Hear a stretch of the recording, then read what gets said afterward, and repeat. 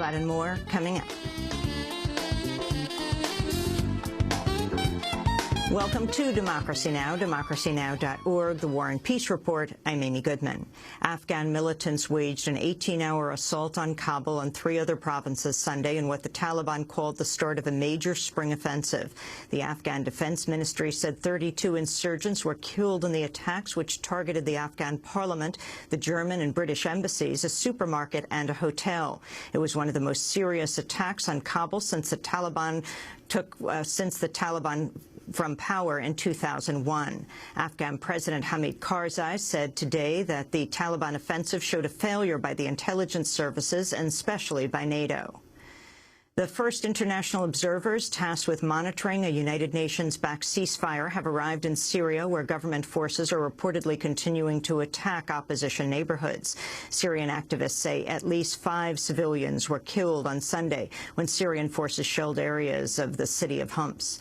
On Saturday, the UN Security Council voted unanimously to send monitors to Syria.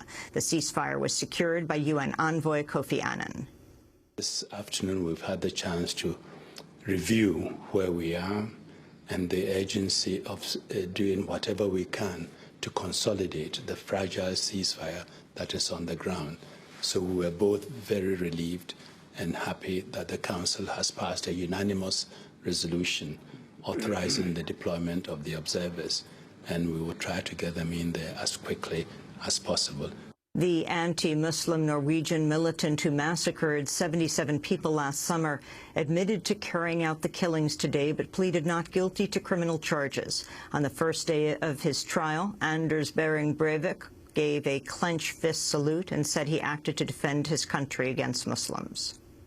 I do not recognize the Norwegian courts. You have received your mandate from political parties which support multiculturalism. Breivik is on trial for setting off a car bomb that killed 8 people at government headquarters in Oslo last July, then killing 69 in a shooting spree at a summer youth camp on an island organized by the ruling Labour Party. Bjorn Iller survived the massacre at the camp. I think it's very important that the world sees this and sees it for what it is. Tragedy is founded upon political views that are very common in the rest of the world as well, and we have to fight that, and we have to fight extremist actions like this. Diplomats from Iran and 6 world powers met Saturday in Turkey, and all sides agreed to hold another set of nuclear talks in Baghdad next month. EU Foreign Policy Chief Catherine Ashton said the talks were, quote, constructive and useful, and the start of a, quote, sustained process of serious dialogue. Negotiators agreed the nuclear non-proliferation treaty is the framework to ensure that Iran's nuclear programs are peaceful. Israel's detained at least 45 suspected pro-Palestinians at Tel Aviv's international airport and blocked hundreds more from boarding Israel-bound flights. Activists were attempting to stage what they described as a flotilla. Organizers said some 1,200 Palestinian supporters throughout Europe had bought plane tickets to Israel, planning to travel on to the occupied West Bank as part of a campaign called Welcome to Palestine. To disrupt the campaign, Israel distributed no-fly lists to European carriers. The Palestinian activist Abd al-Fattah Abu Sarur helped organize the flotilla. We have many people who were arrested at the airport who managed to arrive to Ben Gurion Airport, to Aleppo Airport. We have about 400 French and 100 Belgian and many others from other countries who were forbidden to take the plane from origin. And those who managed to get in were also arrested at the airport.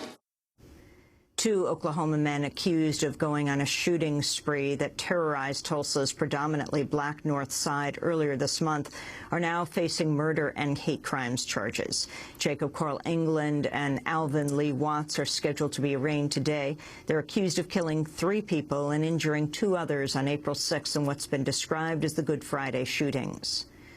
A top National Rifle Association official accused the news media of sensationalizing the Trayvon Martin case and ignoring other crimes that happen across the country. NRA Executive Vice President Wayne LaPierre didn't mention the Martin case by name, but he accused the media of, quote, sensational reporting from Florida.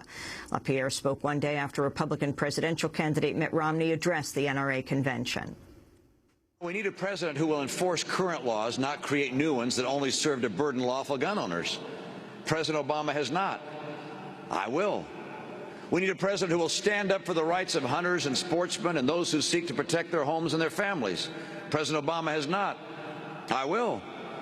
And if we're going to safeguard our Second Amendment, it's time to elect a president who will defend the rights President Obama ignores or minimizes.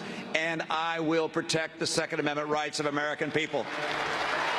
Indian film star Shah Rukh Khan has been detained for a second time at a U.S. airport, sparking vocal protests from the Indian government. Khan, who's often referred to as the King of Bollywood, was detained for 2 hours at an airport in White Plains, New York. In 2009, he was detained for 2 hours at Newark Liberty International Airport. India's External Affairs Minister S.M. Krishna said, quote, "This has become a habit of detention and then apology. This cannot continue." In 2010, Khan starred in the film called My Name is Khan, which is about racial profiling of Muslims after the September 11th attacks. Protests were held in Bahrain over the weekend ahead of Sunday's Formula One Grand Prix race. Human Rights Watch criticized Formula One for not canceling the race. The group said the Bahraini ruling party will attempt to use the race as a, quote, political statement of support for its repressive policies. Meanwhile, political prisoner Abdulhadi al-Khawaja has entered his 68th day on hunger strike. Former Argentine dictator General Jorge Rafael Videla has admitted for the first time that critics of his regime were disappeared during Argentina's dirty war. General Videla led the military coup which unsealed President Isabella Perón, unseated her presidency in 1976. The 86-year-old Videla is now serving a life sentence for murder, torture, and kidnapping. In a recent interview, he admitted the dictatorship killed up to 8,000 people. In every war, there are crippled, killed, and disappeared whose whereabouts are unknown. This is a fact. This is the fact. But how many there were can be debated. The problem doesn't lie in the number, but in the fact, a fact which occurs in every war, that we've allowed the pejorative term of disappeared. That could have been necessary at one time, but later stayed on as a term to cover up something dark that was wanted to be kept secret. It is believed that the Argentine military dictatorship killed at least 30,000 Argentines. The Israeli military says it suspended a senior military officer filmed hitting a foreign pro-Palestinian activist in the face with his gun during a bicycle rally in the occupied West Bank. Footage of the incident was posted on YouTube and aired on Israeli TV. In political news, Democratic Congressmember Ed Towns of New York has reportedly decided to drop his bid for re-election. Towns has represented Brooklyn since 1982. Towns was facing a challenge by two other politicians in the Democratic primary, New York City Council member Charles Barron and State Assembly member Hakeem Jeffries. More than 100 tornadoes were reported Saturday and early Sunday, causing significant damage in Kansas, Oklahoma, Nebraska, Iowa, and Minnesota.